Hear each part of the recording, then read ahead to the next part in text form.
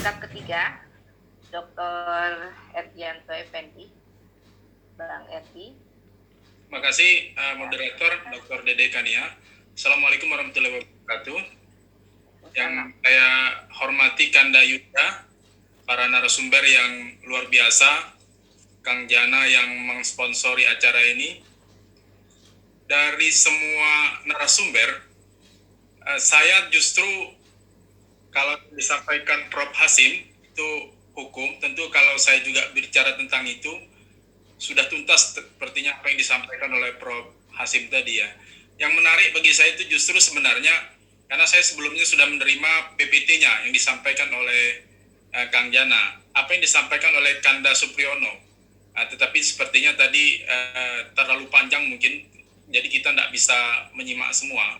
Saya menyimak dengan membaca PPT-nya, menurut saya itu bagus sekali karena itu mengurai, karena dari pendekatannya dari perspektif kriminologi. Mengapa ini terjadi dan itu terjawab oleh apa yang disampaikan oleh Kanda Supriyono. Saya suka sekali dapat itu betul karena itu mempetakan mengapa itu terjadi. Nah, lalu saya ingin mulai tanggapan dari kebijakan kriminal. Nah, kebijakan kriminal itu meliputi 3 tahapan. Pertama formulasi, kemudian aplikasi dan eksekusi. Nah, sebagai sebuah kebijakan, tentu saja dia tidak mungkin steril politik. Nah, makanya di dalam tahap perumusan undang-undang sampai tahap penerapan hukum melalui sistem peradilan pidana itu pasti tidak steril dari kepentingan politik. Nah, yang kita lihat ini memang kental sekali nuansa politiknya. Ada EPI dan HRS. Dari menyebutnya saja, aparat kepolisian tidak pernah menyebut HRS, tapi menyebutnya MRS. Nah, sementara kita menyebutnya HRS. Nah, ini saja sudah kelihatan ya, kelihatan bahwa terjadi perbedaan. Nah, saya menilai ini sebetulnya berpangkal dari perbedaan cara kita memandang hubungan antara agama dengan negara.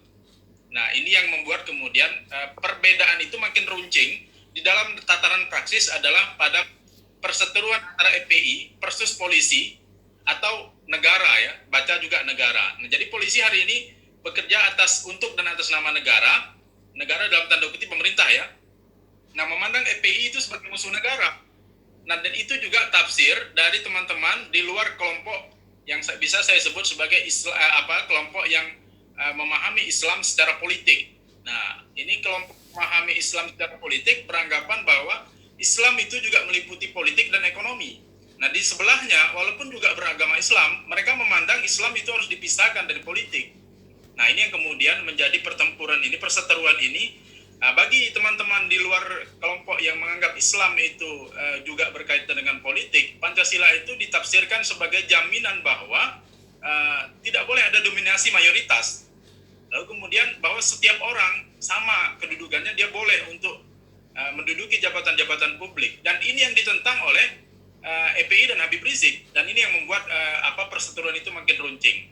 Dan ini dianggap sebagai apa yang digagas oleh Habib Rizik itu dianggap sebagai sesuatu yang menurut kacamata pemerintah hari ini adalah sebagai suatu tindak pidana. Nah, saya mengutip adagium yang paling terkenal di dalam hukum pidana, actus non passit reum nisi mensit rea. Satu perbuatan itu tidak dapat menyebabkan orang dipidana kecuali pikiran orang itu jahat. Dan itu bisa dibalik. Nah, selain actus reusnya harus terpenuhi, maka mens reanya juga harus terpenuhi. Sebaliknya, mens reanya terpenuhi, actus reusnya juga harus ada. Jadi orang tidak bisa dihukum hanya karena pikiran-pikirannya.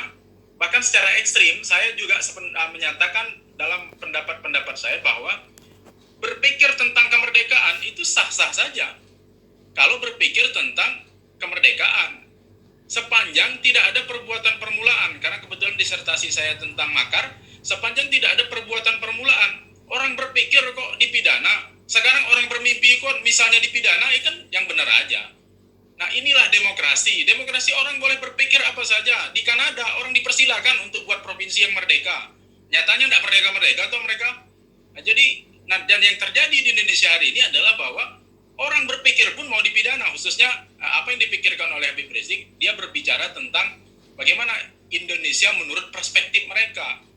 Nah, sepanjang mereka tidak melakukan perbuatan yang melawan hukum, mestinya ini tidak dipidana. Nah, kalau memang menurut aparat mereka melakukan perbuatan luar negeri, silakan proses, ya, tapi ingat due process of law. Fungsi hukum pidana itu ada dua, yaitu fungsi primer dan fungsi sekunder. Fungsi primer itu melindungi orang dari ancaman warga negara lain untuk melakukan kejahatan. Yang kedua adalah fungsi sekunder. Fungsi sekunder itu justru melindungi warga negara dari kemungkinan dilakukan tindak pidana oleh negara itu sendiri. Nah, hukum acara pidana lah yang membatasinya melalui prinsip due process of law. Lalu kemudian terkait dengan pasal 160. Nah, tadi Kanda Abdullah menyatakan ini 160 anjuran untuk melakukan tindak pidana. Ingin izin melengkapi Kanda bahwa pasal 160 itu berbunyi tidak sekedar mengajak orang untuk melakukan tindak pidana, tetapi juga melakukan suatu tindakan melawan pemerintah atau tindakan yang melanggar undang-undang. Jadi dia tidak terbatas pada tindak pidana. Pada posisi itu, saya dapat memahami kalau memang itu dijadikan sebagai dasar alasan. Kalau memang, walaupun sebenarnya terkesan ya cukup dipaksakan ya, tetapi kalau memang Habib Rizik dianggap sebagai mengajak orang melakukan kerumunan, ya saya kira dalam masa COVID ini saya entah berapa kali sudah menghadiri acara-acara, sudah berapa kali menghadiri acara pesta, berapa kali menghadiri acara-acara keramaian. Bagaimana dengan pertanggungjawaban orang yang mengusulkan keramaian itu? Ini khususnya pilkada, saya tidak usah sebut pilkada mana, tapi kan pilkada semua rame. Nah, siapa yang mengusulkan pilkada? Nah, mesti berlaku adil lah mestinya kan. Janganlah kebencianmu pada satu kaum membuatmu berlaku tidak adil. Kan itu mestinya. Lalu terkait dengan kemudian penembakan 6 anggota Laskar FPI ya. Nah, saya kira tidak harus beragama apa, tidak harus berpaham politik apa, tidak harus warga negara mana. Kita semua itu universal ya. Saya kira apapun alasannya penembakan, walaupun hari ini kita juga masih menunggu ya perdebatan tentang bagaimana kasus yang sebenarnya. Tetapi yang jelas nalar umum kita itu menyatakan bahwa apabila ada aparat yang terlatih versus masyarakat yang tidak terlatih, mestinya menang adalah aparat terlatih. Maka pertanyaannya kan sering begini, kok muncul begini, kok tidak ada hak azazi polisi misalnya, kalau hak polisi diserang. Ya samalah kalau mungkin analoginya seperti ini. Kalau ada suami mukul istri, itu kan namanya kekerasan dalam rumah tangga. Lalu ada juga kasus istri mukul suami, itu juga kekerasan dalam rumah tangga sebetulnya. Tapi kan secara nalar umum yang patut melakukan kekerasan itu adalah suami kepada istri, bukan istri kepada suami. Nah, itu maka kemudian itu dianggap sebagai pelanggaran HAM, bahkan kemudian masuk sebagai pelanggaran HAM berat. Kalau polisi lawan polisi itu fair, atau masyarakat lawan masyarakat itu fair. Tapi kalau misalnya tadi contohnya laki-laki terhadap perempuan, itu yang tidak fair ya, karena perseteruannya tidak seimbang. Itu maka kemudian bahwa hukum dan agama itu cenderung untuk berpihak kepada rakyat kecil, berpihak kepada yang lemah.